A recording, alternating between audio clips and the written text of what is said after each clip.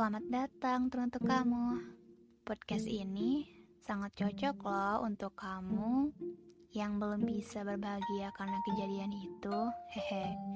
Makasih ya udah luangin waktunya buat ngedengerin podcast kali ini. Selamat mendengarkan.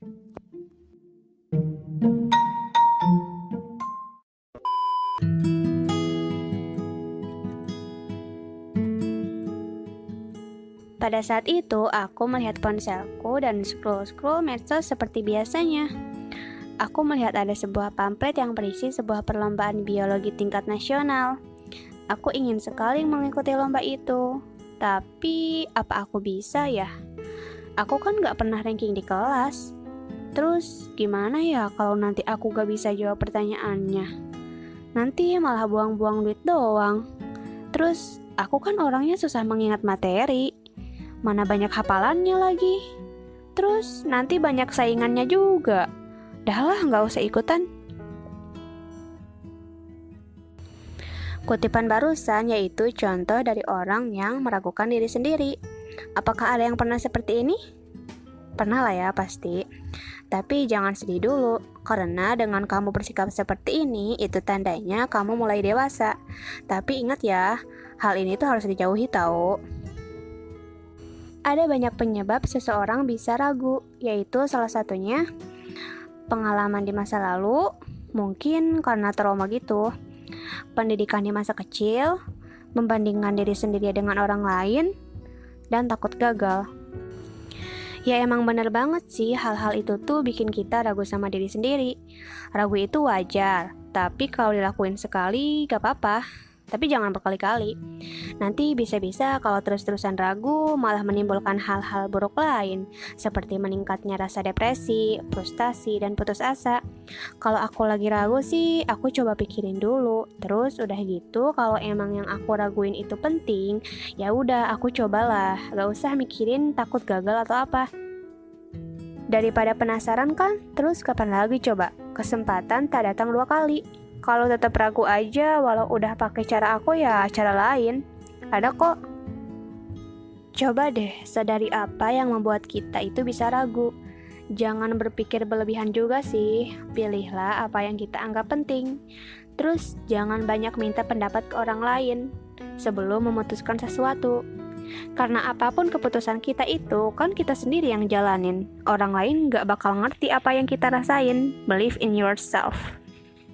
Lalu kita menyingkirkan rasa negatif yaitu dengan teknik meditasi kesadaran. Teknik ini ada banyak, seperti dari The Greater Good Science Center dari UC Berkeley, yaitu yang pertama latih pernapasan dalam posisi apapun itu. Yang kedua, beristirahatlah sejenak, akui rasa sakit dan frustasi yang kita rasakan. Kita juga bisa sambil menyatakan sesuatu seperti, semoga aku bisa memperlakukan diriku dengan baik.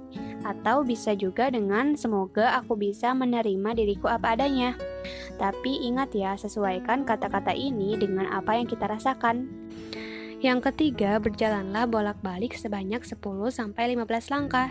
Tidak perlu tergesa-gesa dan resapi apa yang kita rasakan. Rasakanlah sensasi kita pada saat bergerak.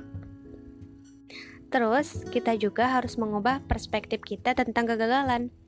Jadikan kegagalan-kegagalan yang kita pernah alami menjadi pengalaman dan jadikan pelajaran ke depannya agar lebih baik lagi. Kemudian kita harus mensyukuri diri kita apa adanya. Apapun masalahnya, jangan bandingkan diri sendiri dengan orang lain. Terus cobalah untuk melakukan pekerjaan kita dari hal yang kecil. Ingat ya, semua orang itu punya kemampuan kalau kita mau berusaha. Jangan rendahin diri sendiri. Ya, namanya juga hidup kan ada menang dan kalahnya. Yakin deh sama diri sendiri. Kalau kita berusaha, pasti dikasih jalan. Dan jangan lupa untuk berdoa juga supaya keraguan kita cepat dihilangkan oleh Allah Subhanahu wa Ta'ala. Kalau dipikir-pikir nih ya, kenapa ya kita harus ragu? Toh di dalam surat Al-Baqarah ayat 286 dijelasin kalau Allah nggak membebani seseorang pun di luar kemampuannya. Ya kalau misalkan hal itu berat bagi kita, mungkin aja usaha kita yang kurang, atau gak kitanya yang malas. Pada hakikatnya, ragu itu datangnya dari setan loh teman-teman. Seperti di surat Al-Mujadilah ayat 10 yang artinya, sesungguhnya pembicaraan rahasia itu adalah dari setan, supaya orang-orang yang beriman itu berduka cita. Sedang pembicaraan itu tiadalah memberi mudarat sedikit pun kepada mereka, kecuali dengan izin Allah. Sebagaimana Rasulullah SAW bersabda yang artinya, sesungguhnya setan berjalan di dalam diri manusia di tempat mengalirnya darah. Ya, itulah pekerjaannya setan, menggoda manusia untuk berbuat baik, berdasarkan penjelasan Rasulullah SAW. Jadi intinya, ragu itu bisa merusak hidup kita, apalagi didorong sama setan.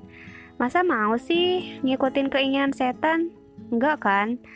Kita gak ragu, hidup kita bakal enak. Begitupun sebaliknya. Semoga keraguanmu cepat menghilang ya.